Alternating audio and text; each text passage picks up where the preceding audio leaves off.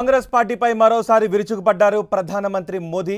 నిన్న కాంగ్రెస్ పార్టీని రాహుల్ గాంధీని తీవ్రంగా విమర్శించిన ఆయన ఇవాళ కూడా విమర్శనాస్త్రాలు ఎక్కుపెట్టారు. దేశంలో కాంగ్రెస్ వల్ల ఎన్నో ఘోరాలు జరిగాయని ఆరోపించారు. కాంగ్రెస్ మైండ్ సెట్ అర్బన్ నక్సలైట్లను పోలి ఉంటుందని తీవ్రంగా విమర్శించారు. కాంగ్రెస్ లేకపోతే అత్యవసర పరిస్థితి వచ్చేది కాదని, సిక్కుల మారణ హోమం కూడా జరిగి ఉండేది కాదన్నారు. దేశంలో పేదరికానికి కాంగ్రెస్ పార్టీనే కారణమని, మహాత్మా గాంధీ కూడా కాంగ్రెస్ను కోరుకోలేదని అన్నారు. దేశం కుల మతాలుగా విడిపోవడానికి కాంగ్రెస్ పార్టీనే కారణమని, వారసత్వ రాజకీయాలు దేశానికి ప్రమాదకరమని చెప్పారు. కాంగ్రెస్ను నిన్న తుకడే పార్టీగా అభివర్ణించిన మోదీ ఇవాళ రాహుల్ను తుకడే నాయకుడని వ్యాఖ్యానించారు. లతా మంగేష్కర్ కుటుంబాన్ని సైతం కాంగ్రెస్ వేధించిందని ఆరోపించారు. అటు మోదీ కామెంట్స్పై కాంగ్రెస్ తీవ్ర అభ్యంతరాన్ని వ్యక్తం చేసింది. రాజ్యసభ నుంచి కాంగ్రెస్ సభ్యులు వాకౌట్ చేశారు. क्योंकि महात्मा गांधी को मालूम था कि इनके रहने से क्या क्या होने वाला है, और इन्होंने कहा था पहले से इसको खत्म करो, इसको बिखेर दो। महात्मा गांधी ने कहा था, लेकिन अगर ना होती महात्मा गांधी की इच्छा के अनुसार, अगर हुआ होता, अगर महात्मा गांधी की इच्छा के अनुसार कांग्रेस न होती तो क्या होता?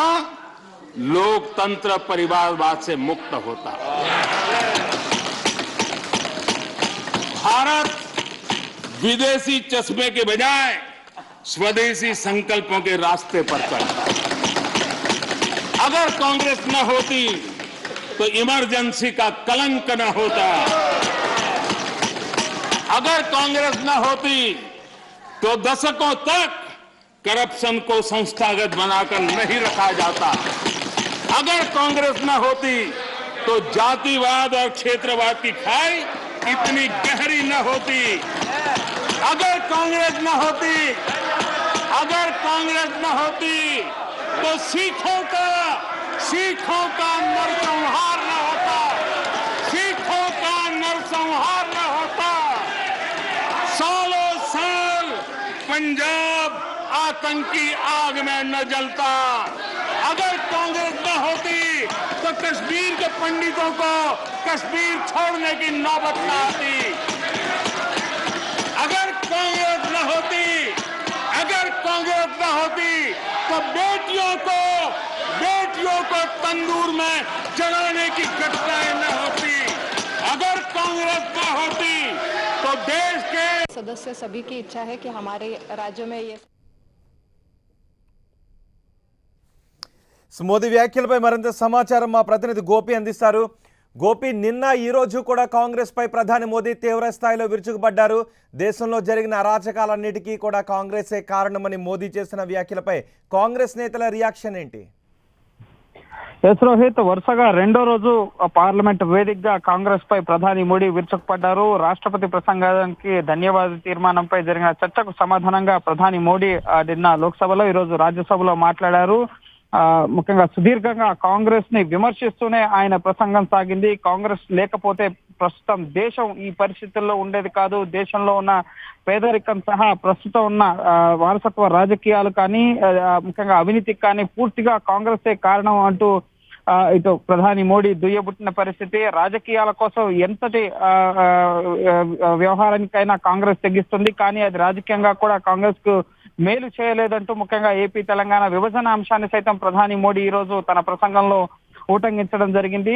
సో కాంగ్రెస్ పార్టీ ప్రధాని వ్యాఖ్యల పట్ల ముఖ్యంగా నిన్న ప్రధాని ప్రసంగాన్ని తీవ్రంగా వ్యతిరేకించారు. ఈ రోజు కూడా ముఖ్యంగా ప్రధాని మీరు కొద్దిసేపు అందుబాటులోనే ఉండండి. ప్రధాని మోదీ ఆంధ్ర తెలంగాణ విభజన ప్రక్రియ తీరు గురించి కూడా మాట్లాడారు. ఆయన ఏం మాట్లాడారో ఒకసారి చూద్దాం. 1980 में एमजीआर की सरकार को किसने डिसमिस किया था? आंध्र प्रदेश में किसने एनटीआर की सरकार को अस्थिर करने की कोशिश की थी? और वो भी जब वो बीमार थे। वो कौन सा दल है जिसने मुलायम सिंह जी यादव जी को सिर्फ इसलिए तंग किया था क्योंकि मुलायम सिंह जी केंद्र की बातों के साथ सहमत नहीं होते थे? कांग्रेस ने अपने नेताओं तक नहीं छोड़ा है। आंध्र प्रदेश में कांग्रेस सरकार अहम भूमिका निभाई। उसके साथ क्या किया? जिस आंध्र ने यहां सत्ता में बैठने के लिए उनको मौका दिया था, उनके साथ क्या किया?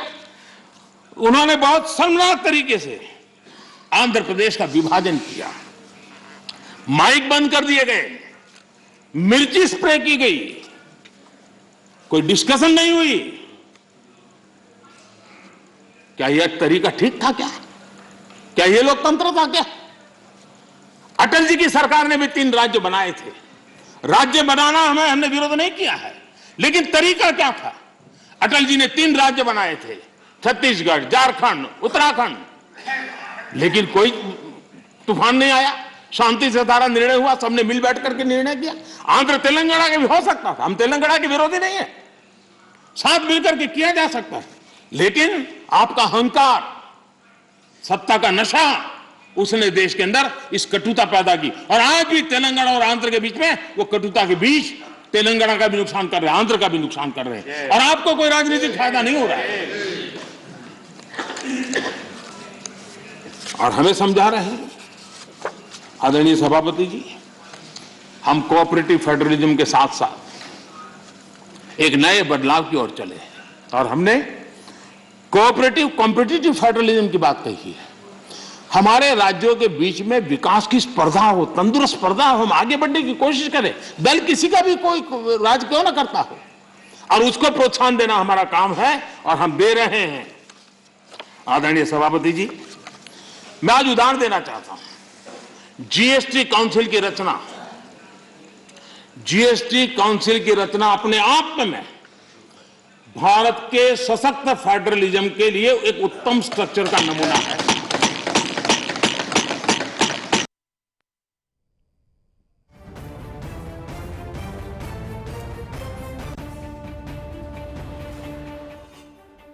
ఆంధ్రప్రదేశ్ విభజన ప్రక్రియ తీరును కూడా ప్రధాని మోదీ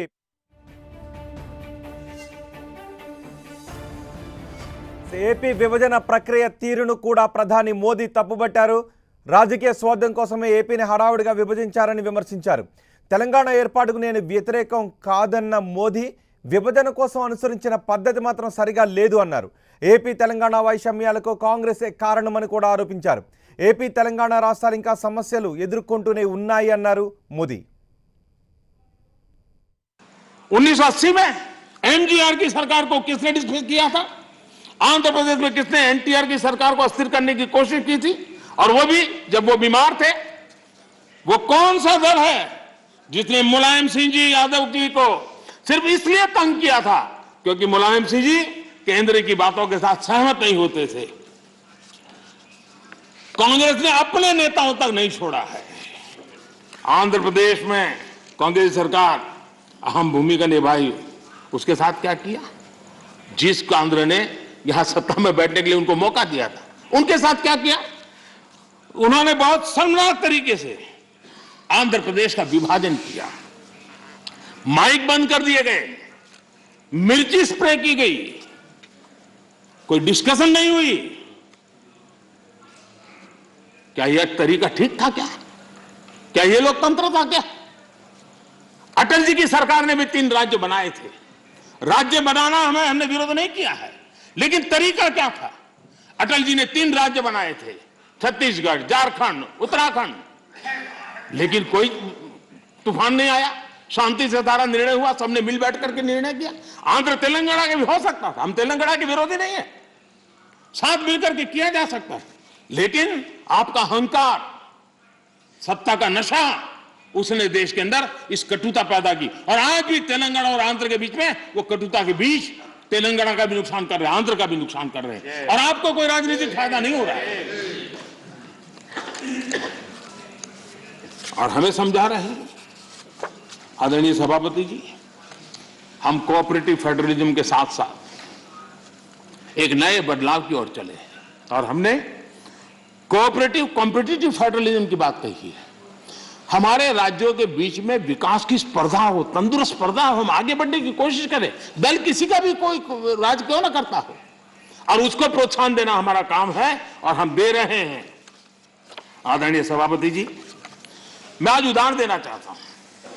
जीएसटी काउंसिल की रचना, जीएसटी काउंसिल की रचना अपने आप కాంగ్రెస్ పార్టీని ప్రధాని మోదీ ఎక్కడా వదలలేదు. అల్లర్లు అరాచకాల దగ్గర నుంచి ఆంధ్ర తెలంగాణ విభజన వరకు కాంగ్రెస్ చాలా స్వార్థంగా వ్యవహరించింది అని ప్రధాని మోదీ మాట్లాడారు. మరింత సమాచారం అందించడానికి మా ప్రతినిధి గోపి సిద్ధంగా ఉన్నారు. గోపి, కాంగ్రెస్ పార్టీని విమర్శించే క్రమంలో ఆంధ్ర తెలంగాణ గురించి కూడా ప్రధాని మోదీ మాట్లాడారు. మోదీ వ్యాఖ్యలను ఎలా చూడాలి? కాంగ్రెస్ పార్టీ నేతలు ఏమంటున్నారు? ముఖ్యంగా ఆంధ్ర తెలంగాణ విభజన గురించి కూడా ఈ సమయంలో మాట్లాడడాన్ని ఎలా చూడాలి? ఎస్ రోహిత్, తెలంగాణ ఆంధ్ర విడిపోయి సుమారు 7.5 సంవత్సరాలు గడుస్తుంది. ఇంకా అనేక విభజన అంశాలు, ముఖ్యంగా విభజన చట్టంలో స్పష్టత లేకపోవడం కారణంగా రెండు రాష్ట్రాలు కూడా ఇబ్బందులు పడుతున్న పరిస్థితి. రెండు రాష్ట్రాల మధ్య ఉన్న సమస్యల పరిష్కారం కోసం కేంద్రం వద్దలో ఉన్న బీజేపీ వద్దకు వస్తున్న పరిస్థితి ఉంది. సో ఈ అంశాలకి, ముఖ్యంగా రెండు రాష్ట్రాలు ఎదుర్కొన్న సమస్యలకి ప్రధాన కారణం కాంగ్రెస్ రాష్ట్రాన్ని విభజించిన తీరే. ముఖ్యంగా అధికార మత్తుతో, అహంకారంతో కాంగ్రెస్ పార్టీ వ్యవహరించింది. అందువల్లే ఇప్పుడు కూడా ఏపీ తెలంగాణ రాష్ట్రాలు ముఖ్యంగా ఇబ్బందులు పడుతూ ముఖ్యంగా నష్టపోతున్న పరిస్థితి ఉంది అనే అంశాలని ప్రధాని మోడీ పార్లమెంటు వేదికగా రాజ్యసభలో ప్రస్తావించడం జరిగింది. మేము తెలంగాణకు వ్యతిరేకం కాదు, బీజేపీ కూడా 3 రాష్ట్రాలని, ఛత్తీస్గఢ్, జార్ఖండ్, ఉత్తరాఖండ్ రాష్ట్రాలను ఏర్పాటు చేసింది. శాంతియుతంగా ఈ రాష్ట్రాల ఏర్పాటు జరిగింది. కూర్చొని చర్చించుకుని అన్ని అంశాలు పరిష్కరించిన తర్వాతే ఈ విభజన చేయడం జరిగింది. మేము తెలంగాణకు వ్యతిరేకం కాదు, కానీ శాంతియుతంగా విభజన జరిగి ఉంటే కనుక ఈ రెండు తెలుగు రాష్ట్రాల మధ్య కూడా ఇప్పుడు ఇన్ని వివాదాలు, ఇన్ని అపరిష్కృతంగా ఉన్న సమస్యలు ఉండేవి కాదు అన్న అంశాన్ని కాంగ్రెస్ ని టార్గెట్ చేస్తూ ప్రధాని మోడీ రాజ్యసభలో ప్రస్తావించడం జరిగింది. ముఖ్యంగా దశాబ్దాల కాలంగా అటు ఎంజీఆర్ కానీ, ముఖ్యంగా ఎన్టీఆర్ ప్రభుత్వాన్ని అస్థిరపరిచేందుకు కాంగ్రెస్ చేసిన ప్రయత్నాలు కానీ, వీటిని కూడా ఆయన ప్రస్తావించడం జరిగింది. ముఖ్యంగా విభజన జరిగిన సమయంలో ముఖ్యంగా మైకులు ఆఫ్ చేయడం, అలాగే పెప్పర్ స్ప్రే చేయడం, ఈ తరహా ఘటనలు, ముఖ్యంగా ఇది ప్రజాస్వామ్య పద్ధత, ఈ విధంగా పార్లమెంట్ లో మీరు చట్టాలను ఆమోదింప చేస్తారా?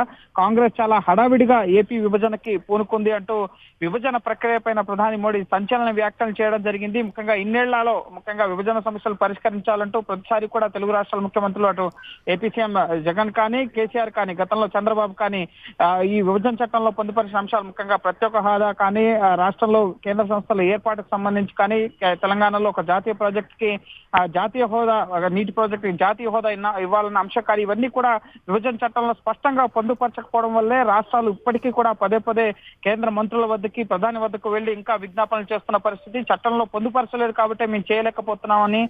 కానీ గోపి, గతంలో కూడా బీజేపీ నేతలు ఏపీ తెలంగాణ విభజన ప్రక్రియ గురించి ఇలా మాట్లాడినప్పుడు ఆ సమయంలో బీజేపీ నేతలు కూడా సపోర్ట్ చేశారు కదా. బీజేపీ నేతలు కూడా ఆ రోజు పార్లమెంట్లో ఉన్నారు అని బీజేపీ నేతల వైపు కూడా వేలు చూపించిన సందర్భాలు ఉన్నాయి. 7 సంవత్సరాల నుంచి ఇప్పటికీ ఆంధ్ర తెలంగాణ నాయకులు విభజన సమస్యలను పరిష్కరించండి, హామీలను అమలు చేయండి అంటూ ఢిల్లీ చుట్టూ ప్రదక్షిణలు చేస్తున్నా అవి ఎక్కడ వేసిన గొంగలు అక్కడే అన్న చందంగా ఉన్న ఈ నేపథ్యంలో ఇప్పుడు ఎందుకు ప్రధాని మోదీ ప్రధానంగా వీటి గురించి మాట్లాడినట్టు అని ఆలోచించవచ్చు అంటారు? ఖచ్చితంగా ఇది రాజకీయంగా కాంగ్రెస్ ని టార్గెట్ చేసేందుకు మాట్లాడిన వ్యాఖ్యలుగానే ఉన్నాయి. కానీ మేము ఇప్పటికైనా సరే కాంగ్రెస్ చేసిన తప్పుల్ని మేము సరిదిద్దుతాం. విభజన చట్టంలో పొందుపరిచిన అంశాలు కానీ, ఆ సందర్భంగా చట్టం ఆమోదం పొందడానికి మేము కూడా కారకులుగా ఉన్నాం కాబట్టి మేమైనా వీటిని నెరవేరుస్తాం అన్న అంశాలను అయితే ప్రధాని మోడీ ఈ సందర్భంగా ప్రస్తావించలేదు. కేవలం రాజకీయంగా కాంగ్రెస్ పార్టీని విమర్శించేందుకు మాత్రమే ఈ విభజన చట్టాన్ని, తెలుగు రాష్ట్రాల విభజన ప్రక్రియని ప్రస్తావించారు. కానీ ఇప్పటికైనా సరే పెండింగ్ లో ఉన్న అంశాలు, మేము కూడా అప్పుడు భాగస్వాములుగా ఉన్నాం, మేము కూడా తెలంగాణ ఏర్పాటుకు మద్దతు ఇచ్చాం, ఈ బిల్లు ఆమోదానికి బీజేపీ కూడా మద్దతు ఇచ్చింది కాబట్టి మేము ఇప్పుడైనా వీటిని నెరవేరుస్తామన్న అంశాలను అయితే ఈ చర్చ సందర్భంగా ప్రధాని మోడీ ప్రస్తావించలేదు. కేవలం రాజకీయంగా కాంగ్రెస్ పార్టీ ఏ విధంగా వ్యవహరించింది, దేశంలో విద్వేషాలు, అవినీతి పెరిగిపోవడానికి, అలాగే దేశం ఇప్పుడు విభజిత దిశగా ముందుకు వెళ్లేందుకు కాంగ్రెస్ ముఖ్యంగా రాహుల్ గాంధీ గ్యాంగ్ లీడర్ గా పనిచేస్తున్నారన్న అంశాలని రాజకీయంగా ప్రస్తావించారు. కానీ నిన్న పార్లమెంట్ లో జరిగిన, లోక్సభలో జరిగిన చర్చ, ముఖ్యంగా రాష్ట్రపతి ధన్యవాద తీర్మానానికి సమాధానం సందర్భంగా కానీ, ఇప్పుడు రాజ్యసభలో కానీ ఎక్కడా కూడా తెలుగు రాష్ట్రాలకు న్యాయం చేస్తామన్న అంశాన్ని అయితే ఇప్పటికీ స్పష్టం చేయడం లేదు. కేవలం రాజకీయంగానే కాంగ్రెస్ ని టార్గెట్ చేసేందుకు మాత్రమే ప్రధాని మోడీ వ్యాఖ్యలు చేస్తున్నారని చెప్పి ముఖ్యంగా టీఆర్ఎస్ అలాగే కాంగ్రెస్ నేతలు మరి కాసేపట్లో స్పందించే అవకాశం ఉంది. ఎందుకంటే ఇన్ని సమస్యలు ఉన్నాయని చెప్పి ప్రధానికి తెలుసు, ఆయన నేరుగా పార్లమెంట్ వేదికగా మాట్లాడుతున్నారు, అయినా కూడా మాకు న్యాయం చేయడం లేదని చెప్పి ఖచ్చితంగా ఏపీ తెలంగాణ రాష్ట్రాలకు సంబంధించిన ప్రజాప్రతినిధులు, ఎంపీలంతా కూడా స్పందించే అవకాశం ఉంటుంది. ముఖ్యంగా రాష్ట్ర ఏర్పాటు మేమైతే శాంతియుతంగా చేసేవాళ్ళం, అన్ని సమస్యలకి ఒక పరిష్కారం చూపిస్తూ చేసేవాళ్ళం అన్న అంశాలను ప్రస్ఫుటం చేశారు. కానీ ఇప్పటికే ఉన్న సమస్యల పరిష్కారం దిశగా ఏం చర్యలు తీసుకుంటున్నారు అన్న గోపి, మీరు కొద్దిసేపు అందుబాటులోనే ఉండండి. మనకి ప్రముఖ సీనియర్ విశ్లేషకులు తెలకపల్లి రవి గారు మనకు అందుబాటులో ఉన్నారు. రవి గారు, రాజ్యసభలో ప్రధాని వ్యాఖ్యలను ఎలా చూడాలి? కాంగ్రెస్ ను విమర్శించే క్రమంలో ఆంధ్ర తెలంగాణ అంశాన్ని మళ్ళీ ఇప్పుడు తాజాగా తెరపైకి తీసుకొచ్చారు.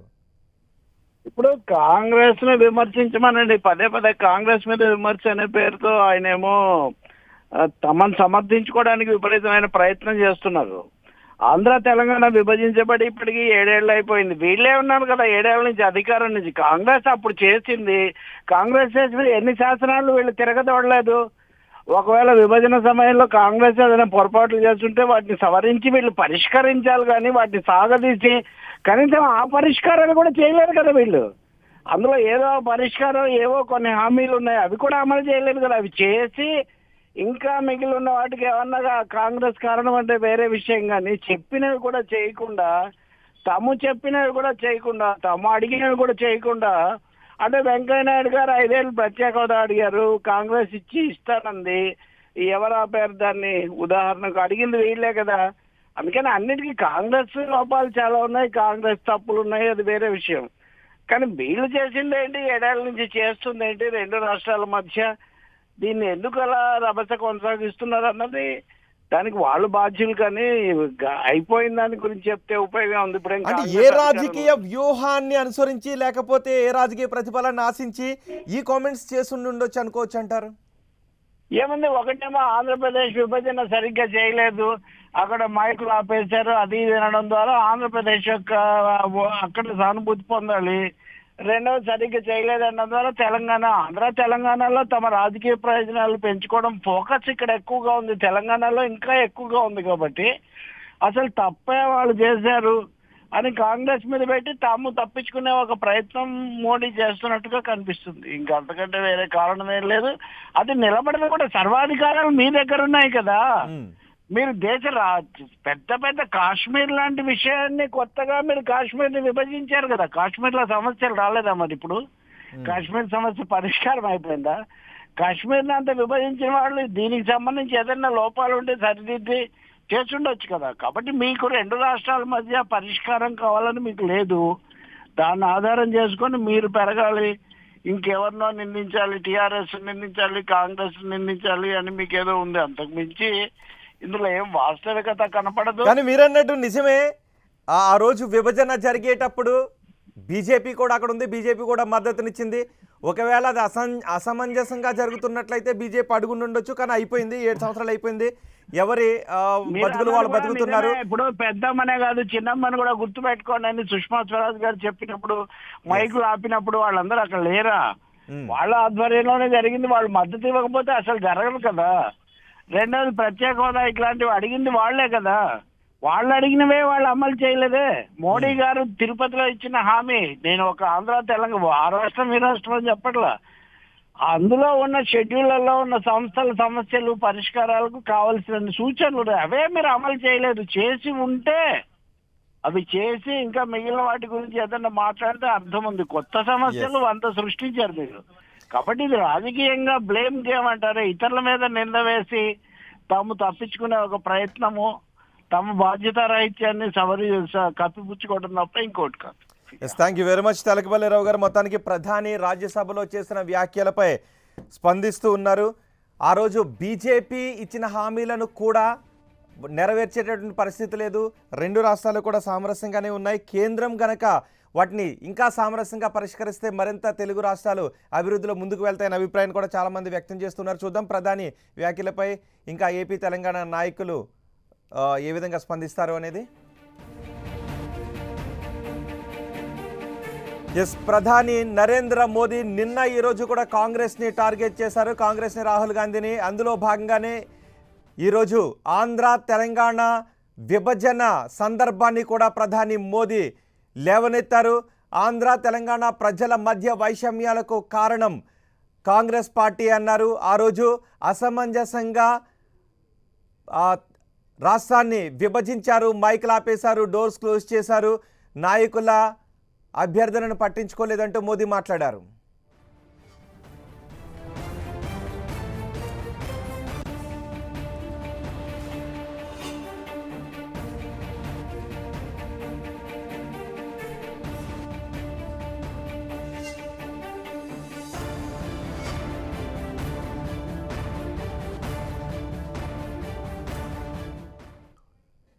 उन्नीस 1980 में एमजीआर की सरकार को किसने डिसमिस किया था?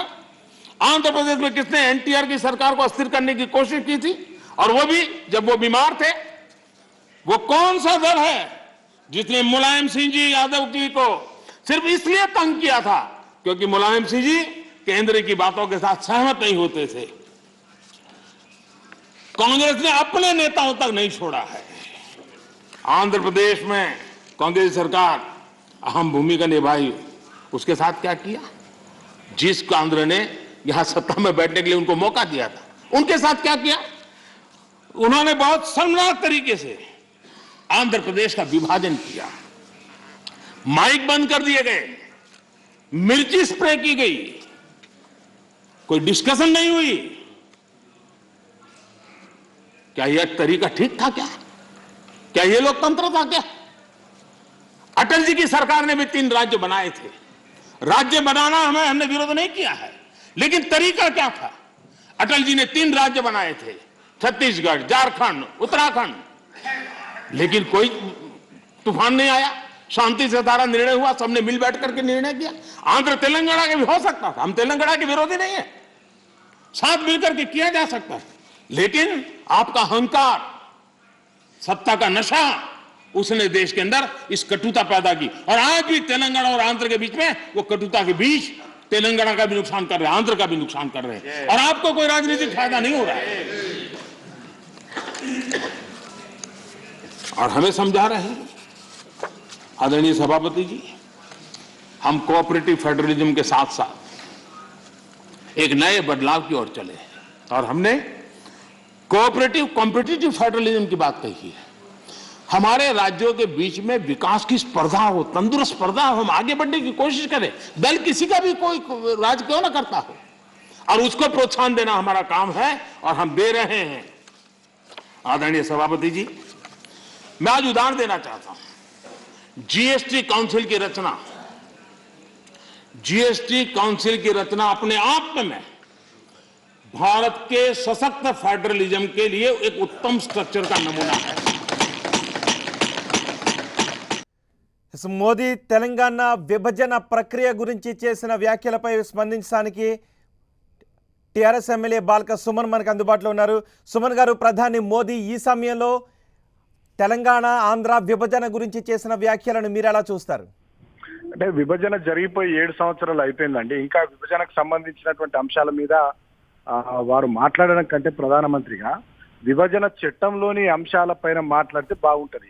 విభజన చట్టం ప్రకారం తెలంగాణలో బయ్యారంలో స్టీల్ ఫ్యాక్టరీ పెట్టాలి, కాజీపేటలో రైల్వే కోచ్ ఫ్యాక్టరీ పెట్టాలి, ఒక గిరిజన విశ్వవిద్యాలయాన్ని ఏర్పాటు చేయాలి. ఇటువంటి అంశాలకు సంబంధించి వారు మాట్లాడాలి. నియోజకవర్గాల పునర్విభజన అంశం ఉంది, దానికి సంబంధించి వారు మాట్లాడాలి. ఇవాళ విభజన చట్టం ప్రకారం పోలవరానికి జాతీయ హోదా ఇచ్చినారు. తెలంగాణకు ఒక ప్రాజెక్టుకు జాతీయ హోదా కావాలని మేము ఎప్పటి నుంచో డిమాండ్ చేస్తూ ఉన్నాం. కర్ణాటకలో అప్పర్ భద్ర ప్రాజెక్టుకు జాతీయ హోదా ఇచ్చినారు. ఉత్తరప్రదేశ్ లో ఎన్నికలు ఉన్నాయి కాబట్టి అక్కడ ఇరిగేషన్ ప్రాజెక్టుకు 49,000 కోట్లు ఇచ్చినారు. ఇక్కడ తెలంగాణలో కాళేశ్వరం ప్రాజెక్టుకు జాతీయ హోదా కావాలని అడుగుతున్నా వారు ఇవ్వట్లేదు. దాని మీద దృష్టి పెట్టాలి. ఇవాళ కేంద్రం భారతీయ జనతా పార్టీ నేతృత్వంలోని ప్రభుత్వం 157 మెడికల్ కళాశాలలు ఇచ్చింది దేశవ్యాప్తంగా. తెలంగాణకు ఒక మెడికల్ కళాశాల ఇవ్వలేదు. అటువంటి వాటి మీద ప్రధానమంత్రి దృష్టి పెట్టి తెలంగాణకు ఇతర రాష్ట్రాలతో పాటు న్యాయం చేసేటటువంటి చర్యలు తీసుకోవాలి తప్ప ఈ రకంగా విభజన గురించి పదే పదే మాట్లాడుతూ దుర్మార్గంగా వ్యవహరిస్తుంటే తెలంగాణ ప్రజలు దీన్ని సహించరు. సుమన్ గారు, అంతేకాదు విభజన జరిగినప్పుడు ఆ రోజు సభలో ఏం జరిగింది అన్న దాని గురించి కూడా మోదీ మాట్లాడారు. అక్కడ జరిగిన ప్రక్రియను తప్పుపట్టారు, మైకులు కట్ చేశారు, తలుపులేసి ఇలా చేశారని మాట్లాడారు. మీరు ఆ రోజు ఎంపీగా కూడా ఉన్నారు, ఆ రోజు మీరు సభలోనే ఉన్నారు.